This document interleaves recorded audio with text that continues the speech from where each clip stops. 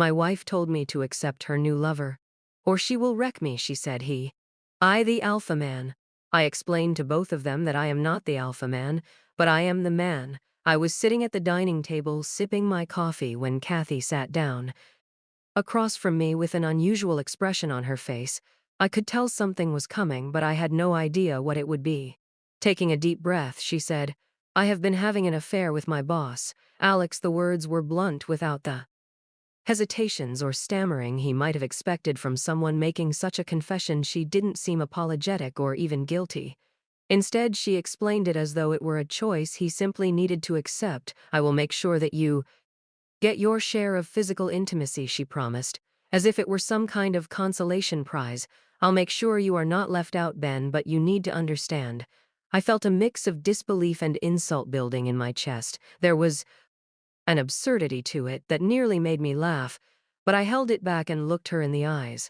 This woman I had been married to for 3 years was sitting across from me, calmly suggesting that we continue our marriage while she maintained an open affair. I wondered if I had ever truly known her. After a moment of silence, I couldn't hold back anymore. A short, dry laugh escaped my lips, and I shook my head. Kathy, if you think I am going to sit here and go along with this, you don't know me at all. You don't get to just throw your decisions at my face and expect that I'll accept your affair. I am not your doormat. You need to find yourself a divorce lawyer. She stared back at me, surprised by my response. Maybe she thought I would be passive, or maybe she thought I needed her enough to tolerate anything, but her expression changed. As she realized I was serious, she hadn't expected me to be that blunt. As I pushed my chair back, ready to leave, Kathy's expression darkened. There was something menacing in her eyes, a sharpness I'd never seen before. She leaned forward, her voice low and steady. Ben, sit down. You don't get to just walk out on this conversation. I stopped and looked at her. She met my gaze, her lips curving into a cold, almost smug smile. You think you can just leave, find a lawyer, and be done with me? She said. No, Ben, that's not how this is going to work. I stared at her. Really, you think your threats will work? It will, she said, leaning in even closer. If you try to walk away from me like this, I will ruin you. Do you understand? I'll go to the police. I'll tell them you hit me, that you threatened me. Her words were calm, almost casual. They'll believe me, Ben. Who do you think they'll trust? Well-respected attorney or some account nobody's ever heard of? She tilted her head, watching me. You think you'll just pick up and move on, but I'll make sure you have nothing left. I'll make sure you are begging to come back. I couldn't believe this was the same person I'd married. It was like I was staring at a stranger, someone who didn't care about destroying everything I'd worked for, everything I'd built. She looked at me as though she already knew I'd give in, as though she was certain I wouldn't dare to risk the nightmare she was threatening. So here is how this is going to go, she continued. You'll stay, you'll play along, and you'll keep your mouth shut, or I will take everything from you and burn it to the ground. Your choice, Ben. I was still reeling from Kathy's threat when she leaned back in her chair, almost as if she'd made up her mind about something. She crossed her arms, a smug look on her face. Oh, and one more thing, Ben, she said, her tone dripping with condescension. I think it's time you meet Alex Hunes coming over tomorrow. I blinked, barely processing her words. What, are you really that dumb? You heard me, she smiled, a twisted, mocking expression. He wants to meet you, and I want you to be on your best behavior. Be a nice boy for me. Ben, the humiliation cut deep, but I stayed silent, waiting for her to finish. I expect you to make him comfortable, offer him a drink, maybe even a snack, she continued, as if she were dictating some normal household errand. Who knows, maybe he'll even be nice to you. I clenched my fists under the table, the anger bubbling up, but I forced myself to hold my tongue.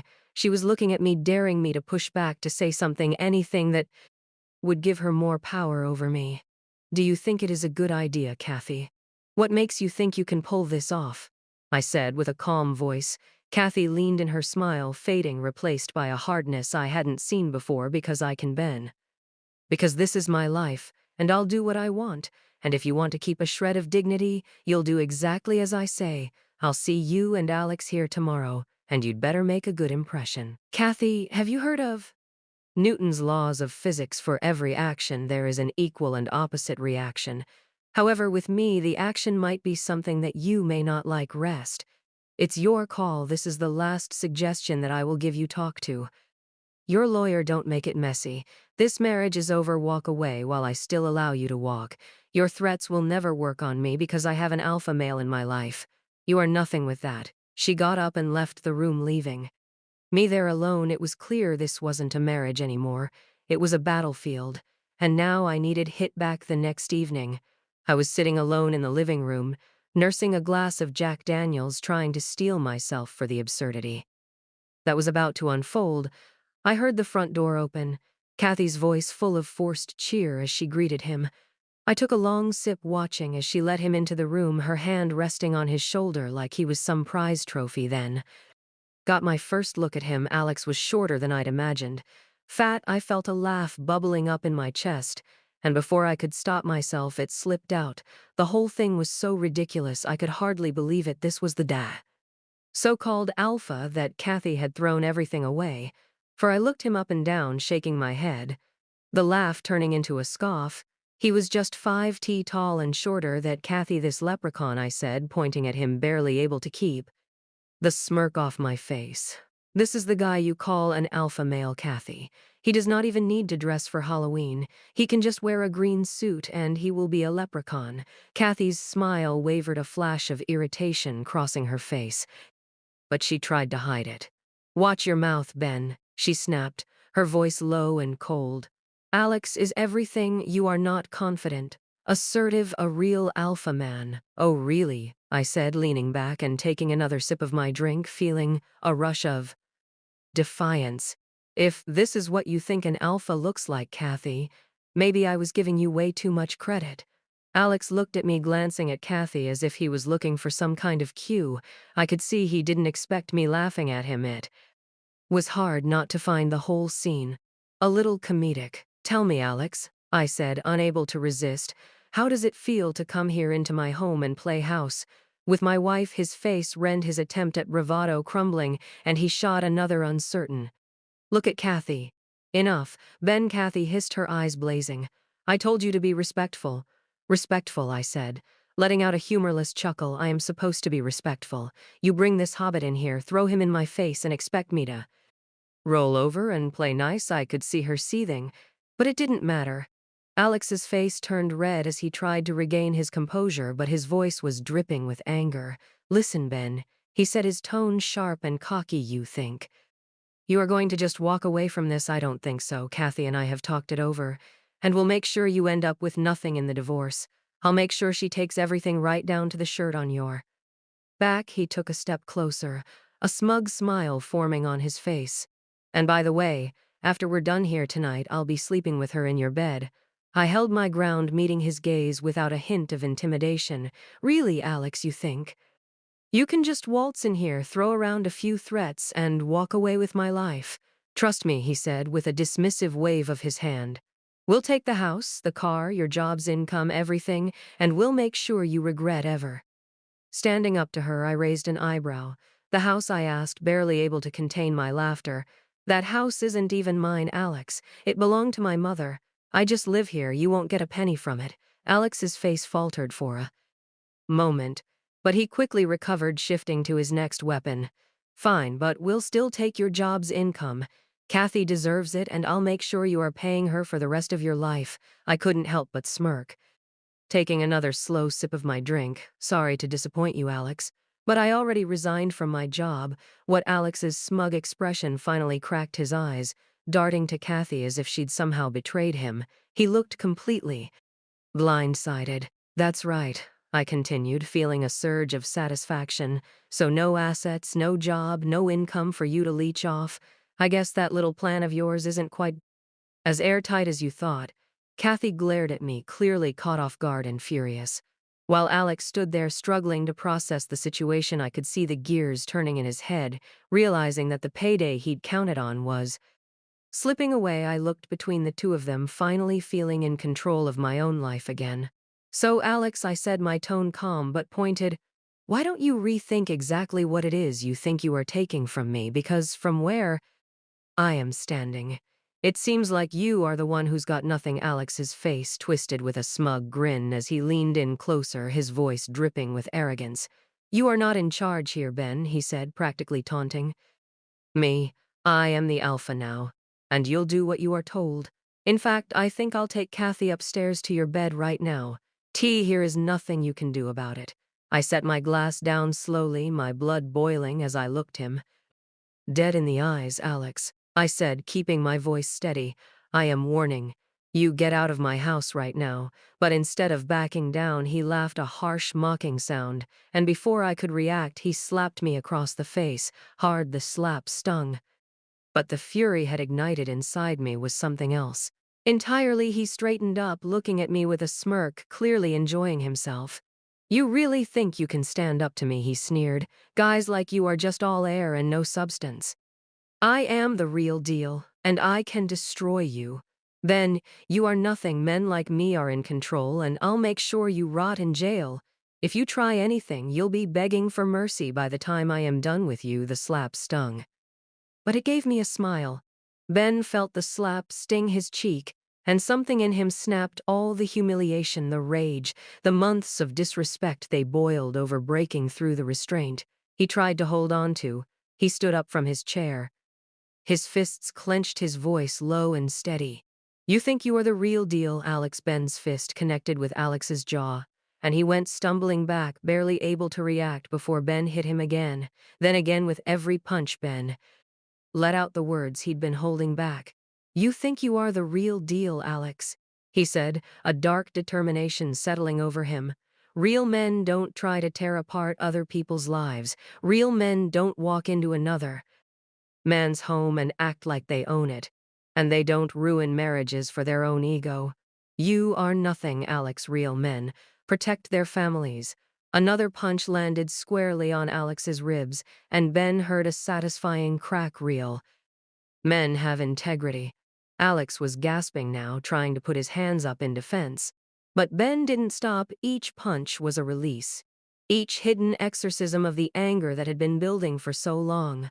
Finally, Ben picked Alex up in his hands, looked him in the eyes, and said, I am no alpha or a beta. I am the man with that. He hoisted Ben over his head and slammed him down on the floor. Alex was crumpled on the floor, bruised and beaten. Ben took a step back, breathing hard, his chest heaving as he looked down at the man who had thought he could come into his life and tear it apart. Kathy stood frozen for a moment, her eyes wide with disbelief as she watched Alex crumble to the ground, bloodied and bruised. Her hands trembled, rage and fear mixing inside her. Without thinking, she rushed at Ben, her fists flying, pounding uselessly against his back in a desperate attempt to make him stop. But before she could land another punch, a woman's firm grip seized her wrists, yanking her backward. Kathy let out a startled scream as she was pulled off balance, spinning around to face her attacker. The woman holding her was tall with short-cropped hair and an intense, unwavering gaze. Her grip was unrelenting, like iron around Kathy's wrists. Kathy tried to struggle, but the woman was too strong, her movements calculated, swift and controlled. Let me go, Kathy screamed, jerking her arms, but the woman's hold tightened. No, the woman, Linda said, her voice low and commanding. You are done, with an almost terrifying ease. Linda twisted Kathy's arms behind her, forcing her to her knees.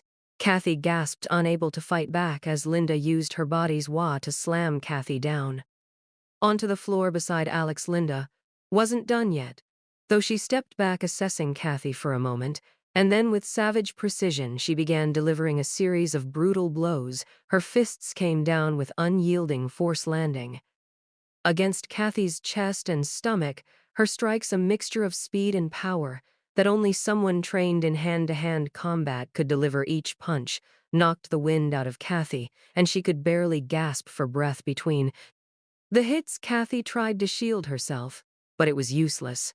Linda moved like a storm, relentless and unstoppable. The former Marine was no stranger to fighting, and she showed it as she hammered into Kathy. Ben, still catching his breath, stood there for a moment, unsure of what had just happened. He turned to Linda, her stance strong, calm, and confident, as if she had just neutralized a threat with ease. I don't think she's going to be causing you any more problems, Linda," said with a grim satisfaction, watching as Kathy lay there gasping for breath. "She's learned the hard way. What happens when you mess with the wrong people?" Ben thanked Linda for staying hidden during the confrontation and helping him out. With Kathy, as he could never raise his hand on a woman, the police and medics arrived shortly after Linda had finished with Kathy and Alex, their sirens wailing in the distance. As they rushed into the house, Ben stood in the corner trying to steady himself, watching as they took control of the scene. Alex was barely conscious, his face swollen and bloodied, while Kathy was sitting up, her eyes wide with a mix of rage and fear. Both of them were swiftly loaded into ambulances, carted off to the hospital where the real fallout would begin. Once they arrived, the officers continued their questioning. Alex, still groggy from the beating, attempted to assert himself despite the pain. He was sitting up on a hospital bed, his voice shaking, but filled with defiance. "I want to file a complaint against Ben," Alex demanded, trying to muster what little bravado he had left. "He attacked me in cold blood, and I want charges," pressed the officer, a middle-aged man with a no-nonsense look. Flipped his notebook closed with a slow, deliberate motion, his gaze never leaving Alex. "You sure about that?" the cop asked, his voice low, his tone suddenly colder than it had been. "You realize who you are talking about, right?" Alex, trying to regain some control of the situation, looked confused. "What are you talking about?"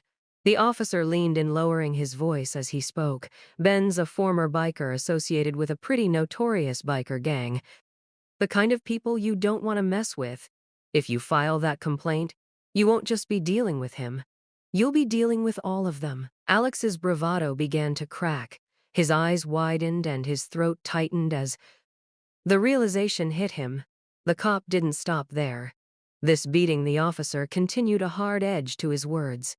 "It'd be a cakewalk compared to what might come your way. If you make this a police matter, are you mad enough to take on all of them? Because I can guarantee you, if you push this, it's not just going to be Ben knocking on your door." Alex gulped, his hands shaking. Now he glanced over at the officer, then back down at his own bruised and battered body. The image of Ben's fists, the way they had hammered him into submission, was still fresh in his mind. But now the idea of dealing with an entire gang of bikers, people who probably had no problem taking things further than just a few punches, left him terrified. Alex's face paled. His eyes started around the room as if looking for an escape, but there was none. He couldn't stop thinking about what the officer had just said. Ben and his gang weren't people to be taken lightly. "No," Alex muttered, his voice trembling. "No, I won't file anything. Forget I said anything." His bravado had evaporated, replaced by an overwhelming sense of dread. The officer nodded, closing his notebook with a snap and standing up. "Good choice. I'd advise you to keep your distance from Ben, and from anyone connected to him. You wouldn't want to end up regretting this further." Alex didn't respond. His mind was already racing, the fear of what might come next flooding his thoughts. He had no idea what he'd gotten himself into. But one thing was certain: this was far from over, and he wasn't ready to face the consequences of angering someone like Ben, or worse, his associates. Kathy stood outside the hospital room, her face bruised, but mostly intact, a deep anger still simmering inside her. She was determined to confront Alex and make sure they both stuck to the plan. She had been humiliated and beaten, but she wasn't going to let Ben get away with it. She would file for divorce, destroy him, and leave him with nothing. That was the plan. At least she walked into Alex's room, her steps purpose. He was sitting on the bed, his face a mess of cuts and swelling, but his eyes were sharp when he saw Kathy. He looked up at her, clearly still shaken from the beating he had taken earlier. Kathy was ready to lash out, to demand that they stay strong and finish what they had started. But as soon as she stepped inside, Alex's reaction was not what she expected. "Leave me alone, Kathy," Alex said, his voice hoarse. "I don't want anything to do with this anymore. I value my life. You've really gotten us into something we should have never been part of this. It's bigger than I thought." Kathy stared at him, stunned. "What are you talking about?" she demanded, stepping close. "We can still make this work. I'll divorce him. Take everything." "No." Alex cut her off, his eyes wide with fear. You don't understand. If you value your life, you need to drop everything. Leave Ben and get out of town now. Kathy blinked in confusion. What are you saying? What do you mean? Leave him. Alex swallowed hard, shifting uncomfortably on the bed. He hesitated for a long moment before finally speaking again, his voice trembling. Ben isn't just some guy you can divorce and walk away from. He's connected. He was part of a biker gang, a really dangerous one. I don't know all the details, but I know enough. People like him don't just let things go if you go after him. If you try to take anything from him, he'll come after you, Kathy. And trust me, it won't be a slap across the face, it'll be worse. Kathy's heart started to race. She'd known Ben had a rough past, but she had always assumed it was just that, a past. She had no idea just how dangerous his past really was. Alex was shaking. Now the fear in his eyes palpable. Ben's not just a regular guy, Kathy. I was stupid to think we could take him on. If you file for divorce and try to take anything from him, you'll be marked. You are dealing with a whole other level of danger. And it's not just then you are going to piss off the whole gang. You won't get away. They'll find you. They'll make your life hell. You need to leave, and you need to leave now. No divorce, no nothing, just go. Kathy stood frozen, her thoughts racing. Alex's words felt like a slap in the face, but the fear in his eyes was real. This wasn't some idle threat. Ben's past was something far more dangerous than she had ever realized. She had always seen Ben as weak, someone she could control, but now it was clear that she had underestimated him in his past. The man who had once seemed like the perfect victim was something far darker, something she had never anticipated. I didn't know, Kathy muttered almost to herself. Her mind was spinning. She had made so many plans for revenge, for taking everything from Ben, but now she wasn't sure she could follow through. What Alex was saying made too much sense. Alex, Kathy said, her voice trembling. What do I do now? Alex's voice dropped to a whisper. You do nothing. You walk away quietly. If you try to drag this out, if you try to take him down, you are not just fighting him. You are fighting everything he's connected to, and you'll lose. You need leave him, and leave now before it's too late. Kathy looked at him, her hand shaking. She was trapped in a nightmare. She had created the fear settled in deep, a cold, terrifying truth creeping over her. She wasn't the one in control anymore, and it was clear now, if she didn't listen to Alex, if she didn't just walk away and disappear, Ben's world was going to consume her whole. The atmosphere in town shifted in the days following Kathy's hasty decision. The sound of roaring engines filled the streets, 70 bikers each on their massive machines, patrolling with a steady, intimidating presence. Their thunderous engines reverberated through every corner of the town, a constant reminder of the town power that lay behind Ben's past. It was as if the very air had thickened with tension. Kathy, her resolve broken, and her mind clouded with fear, wasted no time. She met with Alex's lawyer, signed the divorce papers, and walked away. With nothing, no assets, no custody. The settlement was a stark reminder of just how little control she had left over her own life. Alex had assured her it was for the best, but deep down, Kathy knew she was leaving town not just to escape Ben, but to save whatever was left of her life. 5 days after signing the papers, Kathy was gone.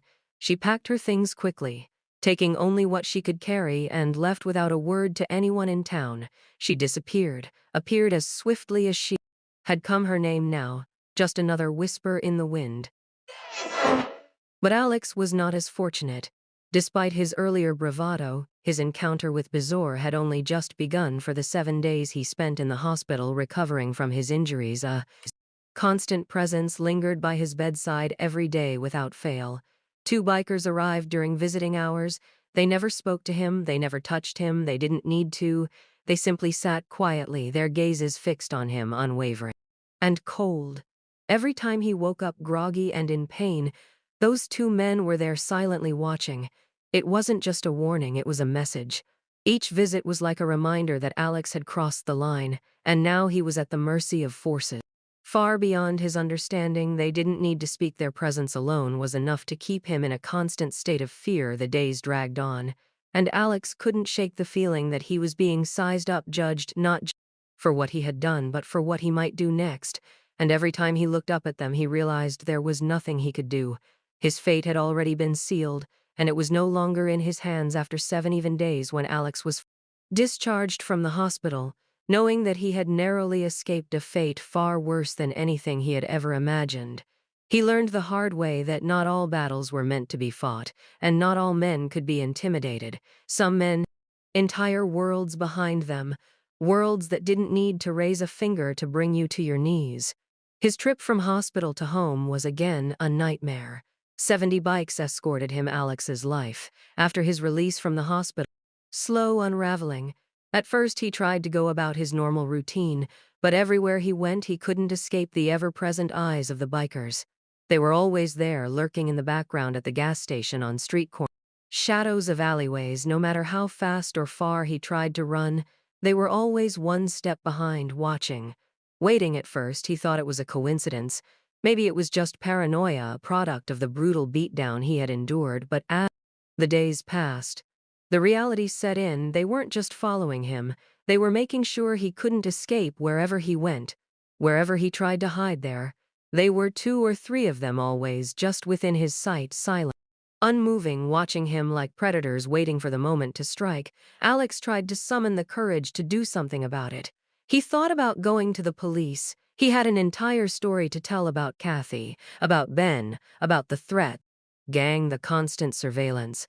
But every time he tried to take action, something stopped him. It was the sight of the bikers that paralyzed him with fear, that deep, gnawing anxiety in his gut. He couldn't shake the feeling. He went to the cops. It would do no good. They were everywhere. Then, one day, just as Alex was heading to the local police station, something stopped him cold. He was walking down the sidewalk when he spotted a familiar figure across the street. None other than the town's police chief. But what caught Alex off guard wasn't just seeing him. It was the leather biker jacket. The chief was wearing the very same one that the bikers wore, the one with the unmistakable patch. Alex's heart dropped into his stomach. The realization hit him like a freight train. This wasn't just a local gang. This was their town. The bikers weren't just some rogue group of criminals. They were embedded in the very fabric of the community, with their reach extending into every corner, including the police force itself. He froze, staring at the police chief, whose face betrayed no emotion as he walked past. The chief didn't even glance at Alex, but the message was clear. There was no escaping this. The town was under the control of people who answered to a much darker forest than Alex had ever realized.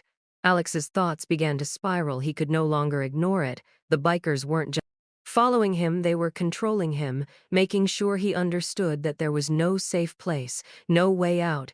His every move was being watched, not just by the bikers, but by the very institution he had once believed would protect him. With no other options left, Alex knew what he had to do. He couldn't stay, he couldn't fight. Not against Benner, not against the bikers who seemed to have infiltrated every part of town. He had no choice but to leave that night. Alex packed what little he had left. He didn't tell anyone. There was no point. The bikers had won. They had broken him, cornered him, and now they had made sure he had nowhere to run, no one to turn to. The last thing he could do was disappear, to vanish from this place that had been his home before they made the decision for him. The next morning he was gone, leaving behind everything he had once known. As he drove away from the town that had suffocated him, Alex couldn't help but feel a strange sense of relief. He was no longer hounded, no longer watched, but at the same time he knew that wherever he went, wherever he tried to hide, the shadows would always be there, waiting. The bikers had marked him in B's world. Its endless reach would never let him forget it.